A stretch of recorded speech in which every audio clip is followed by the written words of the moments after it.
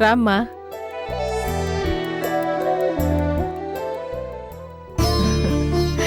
రా. అమ్మా, ఈ ఇల్లు మన ఇల్లేనమ్మా. అవును, నువ్వు చూడలేదు కదూ. రా.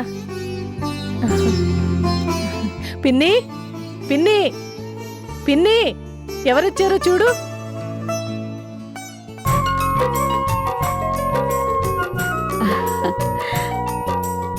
అర్చన, అర్చన, బావున్నావా తల్లి? బావున్నాను పిన్ని, నువ్వెలా ఉన్నావు? నా తల్లే, నా తల్లే. మీ అమ్మ నాన్నే అనుకుంటే ఇన్నాళ్ల తర్వాత చూసుకుడా నన్ను ప్రేమగా పిన్ని అని పలకరిస్తున్నావంటే అదే మాట పిన్ని. చిన్నప్పటి నుంచి అమ్మ వాళ్ళతో పాటు నిన్ను నేను కూడా పిన్ని అనే కదా పిలిచేదాన్ని. నా తల్లే, నా తల్లే. రాదమ్మా, అర్చన అస్సలు మారలేదు. అదే ఆప్యాయత, అదే పలకరింపు.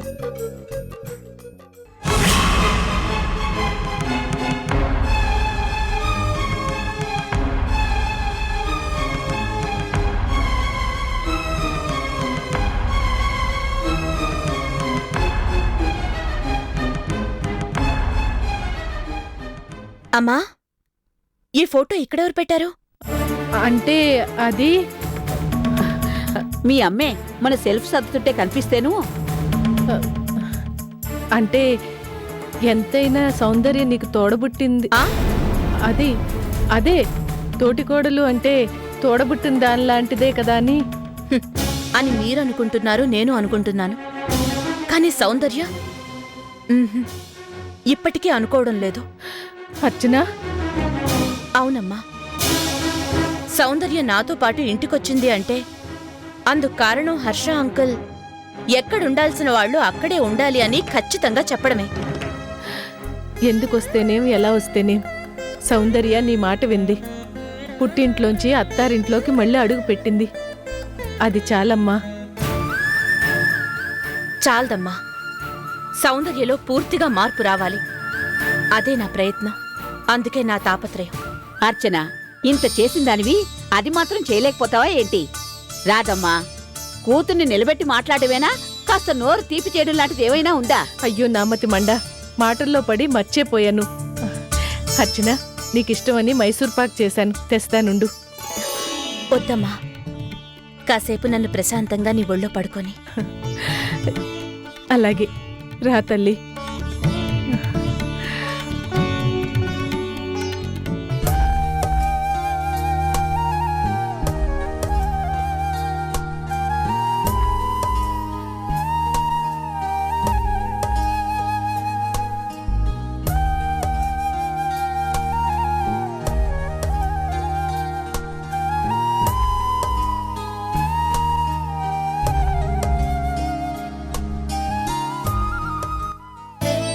అమ్మా, మళ్ళీ నీ ఒళ్ళో ఇలా తలపెట్టుకుని. ఊరుకోమ్మా, జరిగిందేదో జరిగిపోయింది. ఆ దేవుడి దయ వల్ల మళ్ళీ నువ్వు మాకు దక్కావు. నాకంతే చాలు. ఎన్ని కష్టాలు, ఎన్ని కన్నీళ్ళు.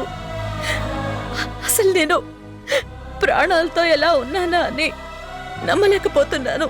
అర్చన, తప్పమ్మా. లేదు పిన్ని, నీకు తెలీదు ఎన్నిసార్లు నేను చచ్చిపోవాలనుకున్నాను. అమ్మా అర్చన, ఏం మాటలమ్మా అవి? అవునమ్మా, నేను పడ్డ కష్టాలు పగవాళ్ళకు కూడా రాకూడదు, పగవాళ్ళకు కూడా రాకూడదు. ఏంటమ్మా చిన్నపిల్లలాగా? రాదమ్మా, బిడ్డ ఇంటికొచ్చేదాకా ఎప్పుడొస్తుందా ఎప్పుడొస్తుందా అని కలవరించాం. తీరా ఇంటికొచ్చాక కష్టాల గురించి కన్నీళ్ల గురించేనా మాట్లాడేది? చూడమ్మా అర్చన, నీ మనసులో ఎంత బాధుందో నాకు తెలుసు. కాని ఇలాంటప్పుడే నువ్వు ధైర్యంగా ఉండాలి. ఆ ఇంటికి పెద్ద కోడలిగా సహనంతో ధైర్యంతో నీ బాధ్యతలన్నీ నువ్వు నిర్వర్తించాలి. అవునమ్మా, మీ మామగారు ఈ లోకం నుంచి వెళ్ళిపోయే ముందు కూడా ఏనాటికైనా ఈ కుటుంబాన్ని చక్కదిద్దగలిగేది నా పెద్ద కోడలు అర్చన మాత్రమే అని బాధపడేవారట. ఆయన లేకపోయినా ఆయన ఆశని నిజం చేసే బాధ్యత ఇప్పుడు నీదే. అమ్మా, అవునర్చన, ఇప్పుడు నీ మీదే ఆ కుటుంబం మొత్తం ఆధారపడి ఉంది. ఎవరికి వాళ్ళుగా చెల్లాచెదరైపోయినా వాళ్ళందర్నీ కలపవలసిన బాధ్యత నీది. భూదేవిలా సహనాన్ని ప్రదర్శిస్తావో, భద్రకాళిలా కన్నెర్ర చేసి అందరినీ దారిలో పెడతావో నీ ఇష్టమమ్మా.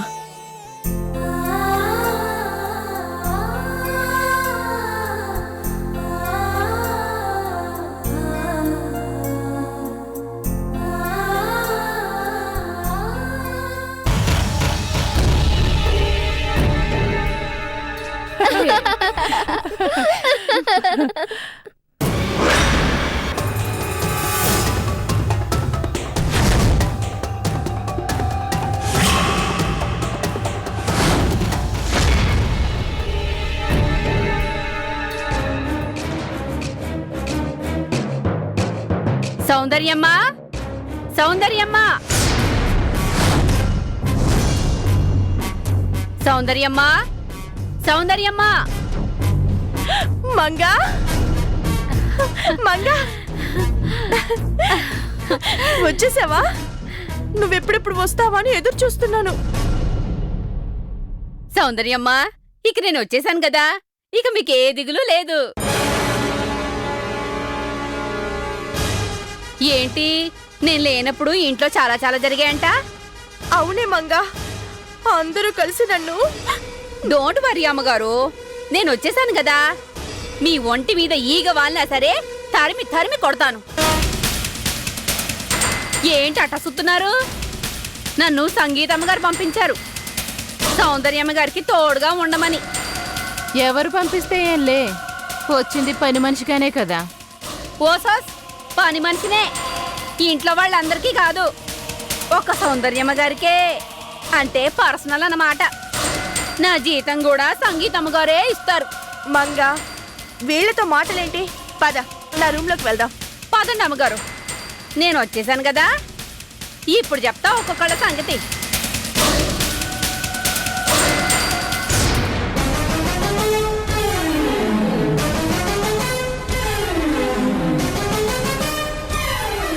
విన్నావా నాన్నమ్మ, ఆ మంగరాగని పిన్ని ఎలా ఫోర్స్ కొడుతుందో?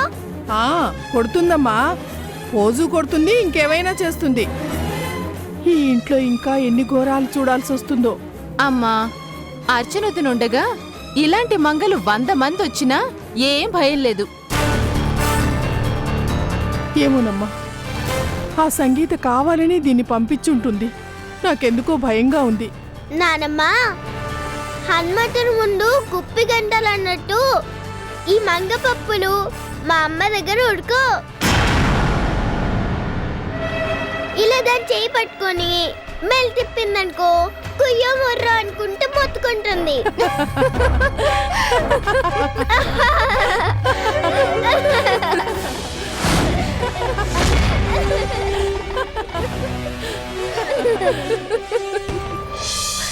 చూసావా మంగా వాళ్ళ నవ్వులు?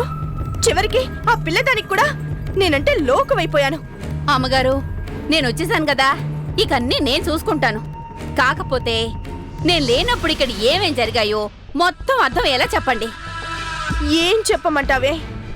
పువ్వులు అమ్మించోటే కట్టెలు అమ్ముకున్నట్టుగా ఉంది నా పరిస్థితి.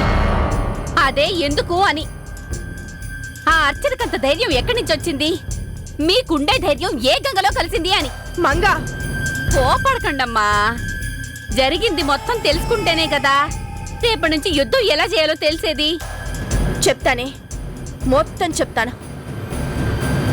దాని పీడ విరగడైపోయింది కదా అనుకుంటే చచ్చిందనుకున్నది కాస్త బ్రతికొచ్చింది. తాటకి లాగా నా మీదకి విరుచుకు పడుతూ చంపుకు తింటోంది. నా చేత అడ్డమైన పళ్ళు చేయిస్తోంది. పిల్లిలాగా ఉండే అర్చన పులిలాగా మారిపోయిందా? అవునే, సాధు జంతువులా ఉండేది క్రూర మృగంలా మారిపోయింది. ఆ కళ్ళల్లో ధైర్యం, ఆ చేతుల్లో బలం, ఆ మాటల్లో కరుకుదనం.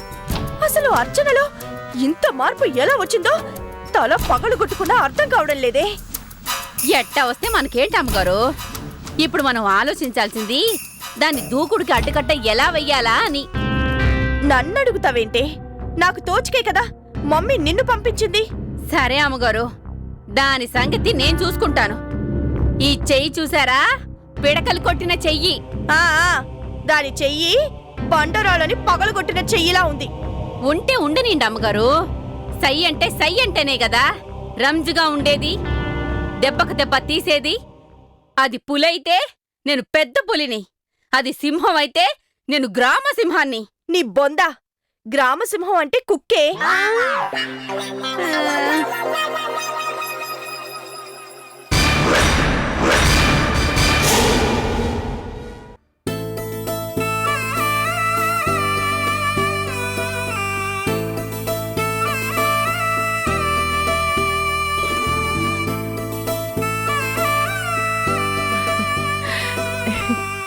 ఇవిగో ఈ చీరలు, నగలు ఇవన్నీ నీకోసమే కొన్నానమ్మా.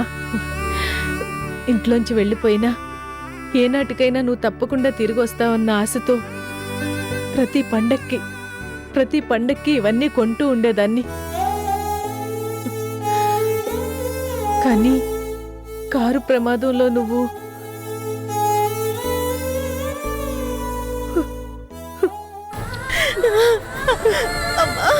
అర్చన,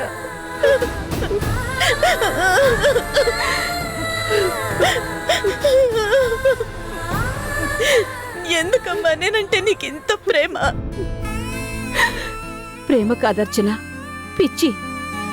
కన్న బిడ్డల మీద పిచ్చి ప్రేమే ఉంటుంది ఏ తల్లికైనా.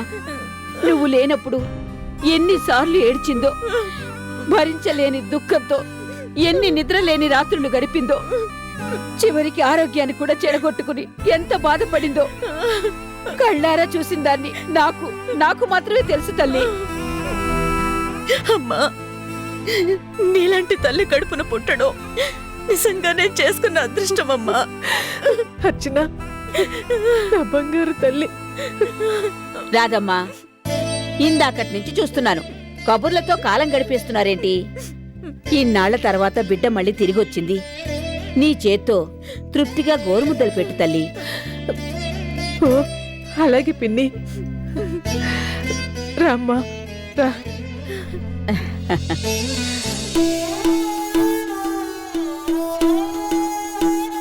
చూసావార్చన, మీ అమ్మ చిన్నపిల్లలాంటిది. సంతోషం వస్తే ఎంతగా పొంగిపోతుందో, దుఃఖం వస్తే అంతగా బాధపడుతుంది. తెలుసు పిన్ని. అందుకే నాన్న అమ్మనెప్పుడు చంటిపిల్లలాగే చూసుకుంటారు. ఆ పిన్ని, నాన్నగారు ఎప్పుడొస్తున్నారు? బిజినెస్ పనుల మీద స్టేట్స్ వెళ్లారు కదా, అవన్నీ పూర్తయితే గాని రారేమో. నువ్వు తిరిగొచ్చావన్న శుభవార్తని మీ నాన్నకి ఫోన్ చేసి చెబుదామనుకుంటే మీ అమ్మేమో వద్దు, నేనే నా నోటితో స్వయంగా చెప్పాలి అంటుంది.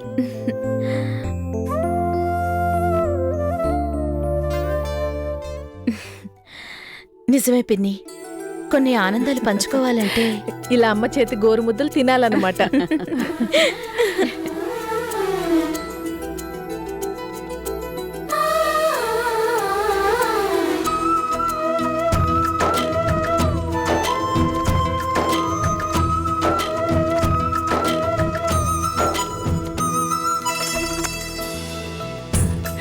అర్చన, నీకు గుర్తుందా?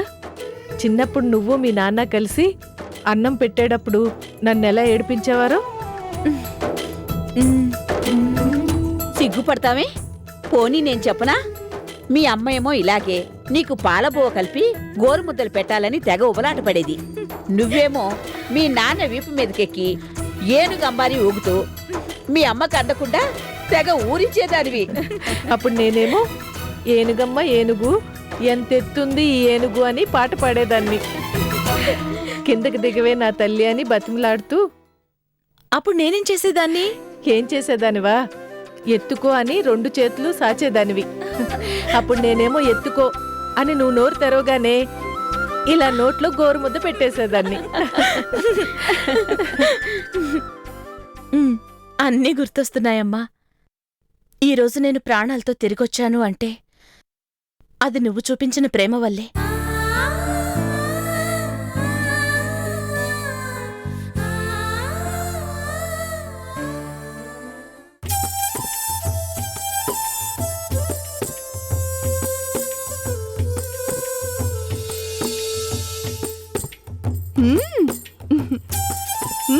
అబ్బా, ఆమ్లెట్ ఎంత బాగుందో మంగా. తినండమ్మా, మీకోసమే కదా. ఏంటో ఎన్నాళ్ళు ఇందులో తృప్తిగా తిని. అదేంటమ్మా, ఆమ్లెట్కే మొహం వాసిపోయినట్టు అలా మాట్లాడుతున్నారు? ఏం చెప్పనే మంగా, పుట్టింట్లో ఉన్నప్పుడు రోజు చికెనో మటనో ఏదో ఒకటి లేకపోతే అన్నమే తినేదాన్ని కాదు. కానీ ఇప్పుడు ఇక్కడ దాని చేతుల్లోకి వచ్చి పడ్డాక రోజు పచ్చడి మెతుకులే. నిజంగానా అమ్మా? ఇంటడి పని నేనే చేయాలి, ఆ తర్వాతే మిగిలింది తినాలి. పొరుగు కన్నా హీనంగా చూస్తోంది. అర్థమైందమ్మా. సంగీతమ్మగారు చెప్తే ఏదో అనుకున్నాను. అంటే ఆ అర్చనకి నిజంగానే కొమ్ములొచ్చాయన్నమాట. అన్నమాటేంటే ఉన్నమాటే. చేతిలో హంటర్ని పట్టుకొని తరుముతున్నట్టు కలలో కూడా వచ్చి నన్ను హడలుగొడుతుంది. అమ్మా, ఇన్నాళ్ళు అంటే నువ్వు ఒక్కదానివే. ఇప్పుడు నేను వచ్చాను కదా, చూద్దాం ఆవిడ గారు ఏం చేస్తుందో అది చూద్దాం. అమ్మా అమ్మా అమ్మా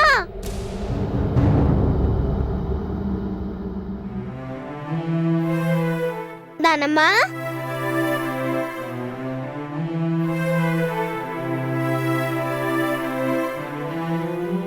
నానమ్మా అత్తయ్య ఎవరు లేరేంటి?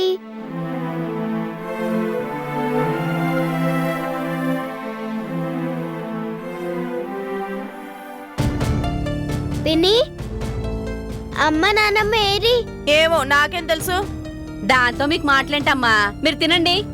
మంగ ఆకలేస్తుంది, నాకు కూడా ఒక ఆమ్లెట్ వేసి పెట్టు. ఏంటి, నేను నీకు ఆమ్లెట్ అయ్యాలా? నేనేమైనా నీ పని మనిషిని అనుకుంటున్నావా? తెగ ఆర్డర్లేస్తున్నావు. అవును, ఆర్డరే వేస్తున్నాను. నువ్వు పని మనిషివే. ఐ వాంట్ ఆమ్లెట్, ఇప్పుడే కావాలి. నేనెళ్ళి హాల్లో కూర్చుంటాను, నువ్వు త్వరగా తీసుకురా. చూసావా మంగా, వేలుడంత లేదు, దానికి కూడా ఎంత పొగరో. చూస్తున్నానమ్మా. ఆ రోజు కోపంగా ఇంట్లోంచి వెళ్ళిపోయానని చెప్పానే, అసలు గొడవ దీంతోనే మొదలైంది. నన్ను కావాలనే శూర్పణఖ అని ఆట పట్టించింది. చివరికి వాళ్ళమ్మ చేత నా 2 చెంపులు వాయించేలా చేసింది. సౌందర్యమ్మా, ఒక ఐడియా. ఏంటే? నేను చెప్పేది జాగ్రత్తగా వినండి. ఇప్పుడు ఇంట్లో ఎవ్వరూ లేరు, దాన్ని మనం ఏం చేసినా అడిగే దిక్కే లేదు. అంటే ఏం చేద్దాం? పట్ట పగలే గజగజ వణికి చచ్చేలా చేద్దాం. స్టోర్ రూమ్ లో పడేసి బయట నుంచి గడి పెట్టేసి గప్చిప్గా ఉండిపోదాం. మీ పేరు తలుచుకుంటేనే దాని ఒళ్ళంతా చెమటలు పట్టాలి. సూపర్ సూపర్ ఐడియానే. పద, దాని పని చెప్దాం. పదండి.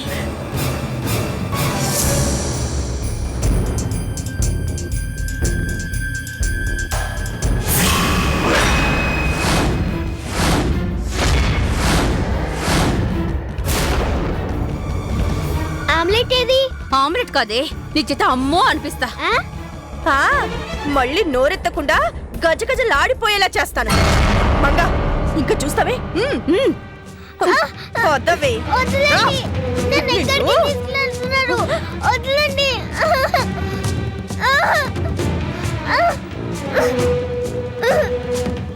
వదలండి. పోడండి ఇక్కడే. పిన్ని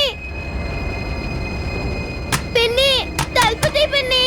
ఏవే, నన్ను శూర్పణఖ అని వెక్కిరిస్తావు కదూ, అనుభవించు. పిన్ని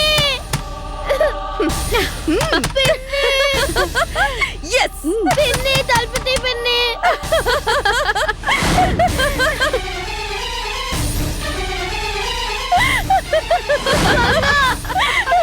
తలుపు తీ మంగా. మంగా,